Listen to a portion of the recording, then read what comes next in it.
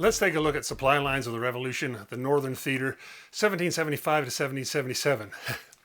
You know, sometimes you let games pass you by for one reason or another, and this is one of those games for me. Well, I'd hear people really liked it. The title just never grabbed me. I don't know why. Maybe I thought it was going to be, wasn't going to be enough of a war game. Maybe because when I first heard about it, I didn't yet know what a fantastic designer Amabel Holland is. But for whatever reason, I gave it a pass. But since then, I've become a big fan of Hollandspiel games and usually buy one or two or three during their annual Holland Day sale. And this past year, I finally decided to give Supply Lines a try. Wow, I'm a fool for passing this one up earlier. This is a terrific game with some really novel mechanics. The map is a standard, well, half standard size. It's a 22 by 17, so about half of what you might be thinking of as a standard wargame map, which are generally 22 by 34. It's a point-to-point map with Quebec and Montreal in the north and Baltimore in the south. Locations are divided into three types. Cities are the main spots. These are the only places that can potentially create fresh supplies, which are of utmost importance, as the game title might suggest. And they also give the defender a bonus in battle. Then there are forts, where you can't create supplies, but they can hold supplies, and they still give you that defensive bonus. And finally, there are points. These are farmland areas between some cities and or forts. They don't generate supplies directly, but you need to have one adjacent that isn't under enemy control for your city to produce. As well, they can only hold as many supplies as a combat unit can carry, so you can't create stockpiles there like you can in cities and forts. Then there's also an at-sea box. This is just a one-off sort of thing. The crown player can use it as an intermediate stop when moving from port to port. Very important for getting troops out of Nova Scotia. The map also has a few tracks. There's a turn track. It also shows which turns are winter and the late war turns where the Patriot player gets no new reinforcements. It has a pass track. This is an interesting device. Each turn the players each roll a die to see who goes first. High roll goes first, and that's also where the marker goes on the pass track. Play goes back and forth with the initiative player going first. At some point, one of the players will not want to move anymore or simply want to limit their opponent's moves. So they'll pass. And every time a player passes, the marker gets moved one spot to the left or down a spot. When it gets to 0, the turn ends. Of course, if both players pass in turn, the turn ends as well. There's a support track for the Patriot player. It moves back and forth depending on game events like winning or losing battles. The higher it goes, the more reinforcements the Patriot player is likely to get each turn, and vice versa. If it makes it all the way to the top, it's an automatic victory for the Patriots. And finally, there's a reinforcement track for the British player. Each turn, they may choose to bring on a fairly substantial number of reinforcements, but every time they choose to do so, the number of victory cities that they need to hold down to win increases by one. So they're surely going to need some reinforcements, but do they need them all? That's the question you'll have to answer as the British.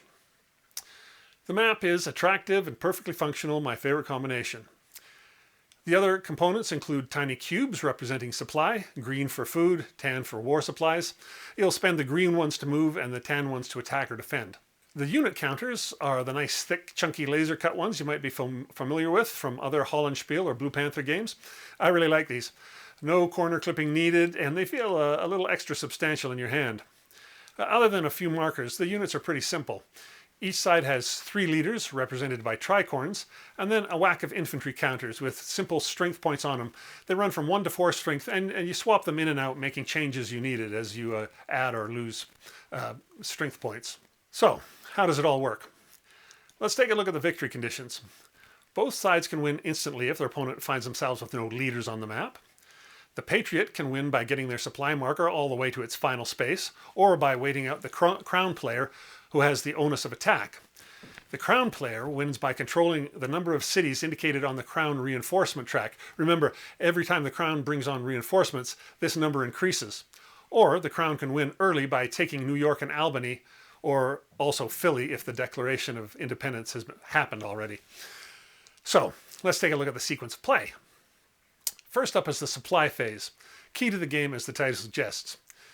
Each city you control generates 2 food and 1 war supply in its space, as long as it's occupied by occupied by an army and is adjacent to a point space that doesn't have an enemy army in it. This is why those point spaces between cities and forts are so important. Also in the supply phase, both sides can move their supplies. You can move supplies in unlimited amounts through spaces connected by your armies. You'll want to get supply to the front so that your leading armies can move, which costs food, or attack, which costs war supply. Cities and forts can hold 8 supplies in any combination. 4 food, 4 armies, 2 food, 6 war supply, however you want to cut it up. Whereas a point can only hold a number of supplies equal to the number of units in that space plus 1. So if you've got just 2 units there, you can hold 3 supply. At the end of the supply phase, the crown player may request reinforcements at the cost of increasing their victory requirements, as we've noted. They'll eventually enter at the top of the map in Nova Scotia.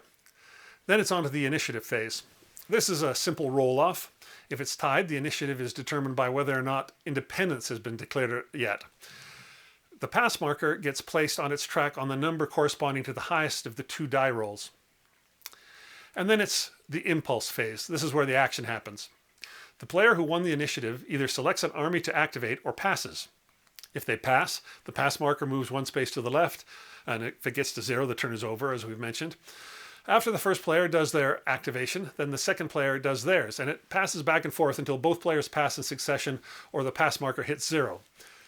An activated army has several options. They can march or dig in. If they have a leader, they can attack.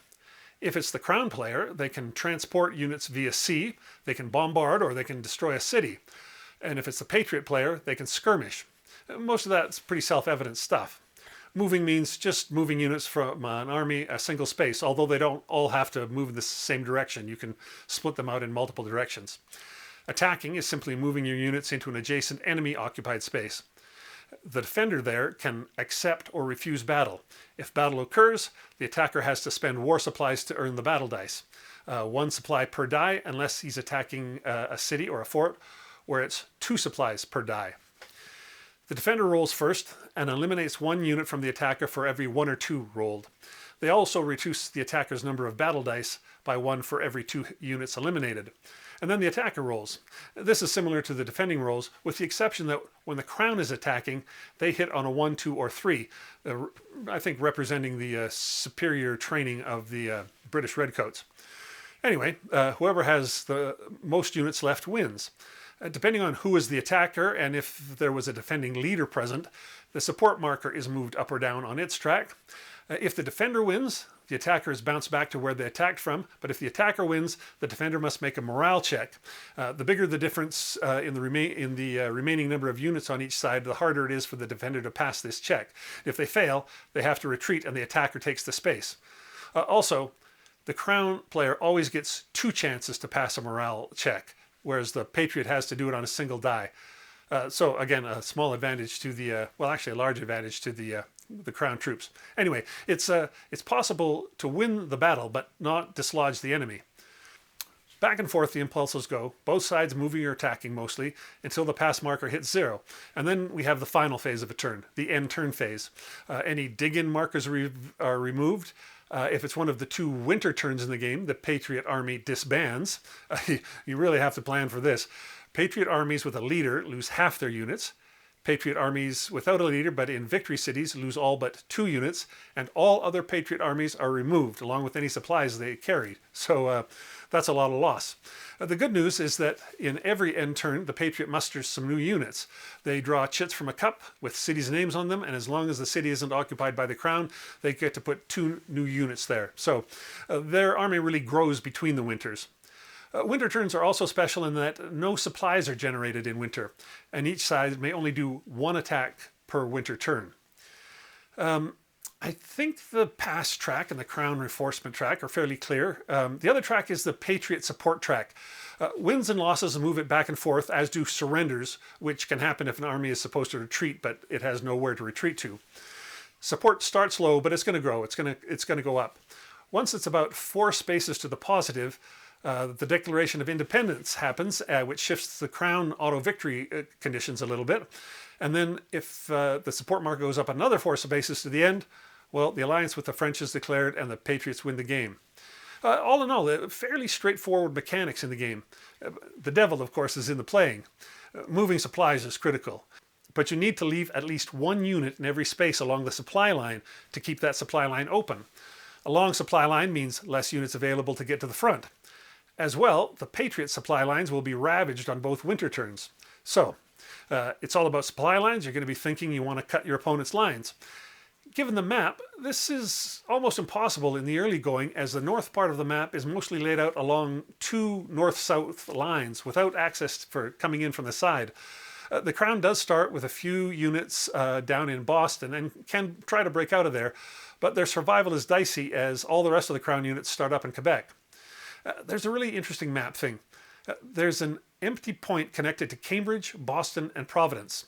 For the latter two, it's the only point. So if you intend to generate supplies in either of those cities, you need to either have a unit in that point or at least have it be empty. The Crown starts with units in Boston, and the Patriot starts with units in Providence. So that little point is key for both. Boston is a bit disadvantaged in that they can also be attacked from Cambridge. But on the other hand, even if Boston can't generate supplies, they're a port and they can be supplied by sea. That's just one example of the sort of feisty puzzles you're going to face in this game. And given the need to garrison each link in a supply chain, you'll always feel like you don't have enough units to get where you want to go. The winter turns are key as they give the Crown a chance to break through the deadlock each spring. But also with the random mustering of Patriot units, you never know where the Colonials will be popping up and being a little stronger than you planned for. One last thing. The Patriot receives no reinforcements after the second winter. So if you're playing the Rebels, you have to decide along the way if you're going to push hard to secure an auto victory by the end of 1776, or if you're going to try and hang on all the way to the end of 1777 and outlast the British. Similarly, the Crown player has to decide how many times they're going to draw from the reinforcement pool, as each time increases the number of victory cities needed. You're surely going to take the first batch right off the bat, and probably the second, but after that, you've got a similar decision about trying to get a victory quickly with less cities, or playing for the longer game where you beat up on the Patriots when they're in the last 4 turns when they don't get any reinforcements. As you can tell, I really like this game. A perfect game for an evening, maybe 3 hours. Straightforward mechanics, but it doesn't feel simple in the least. In fact, it feels like you're constantly making decisions, which I'm learning is typical of an Amabel Holland design. I'm not well read enough on the American War of Independence to know how much of a simulation the game is. As a model that highlights the problems and importance of supply, it's definitely 2 thumbs up. And as a game, it's just terrific. So I encourage you to check it out. If you like it, there's also another volume on the Southern Theater. They're only $40 each, which is a welcome price point these days. Anyway, I hope you've enjoyed this. I'm Grant Lindenberg for Pushing Cardboard. Please like the video, subscribe to the channel. As well as these videos, I also host a podcast, a website, and a Discord server. You're welcome to check them all out. Details in the video description. Thanks for watching.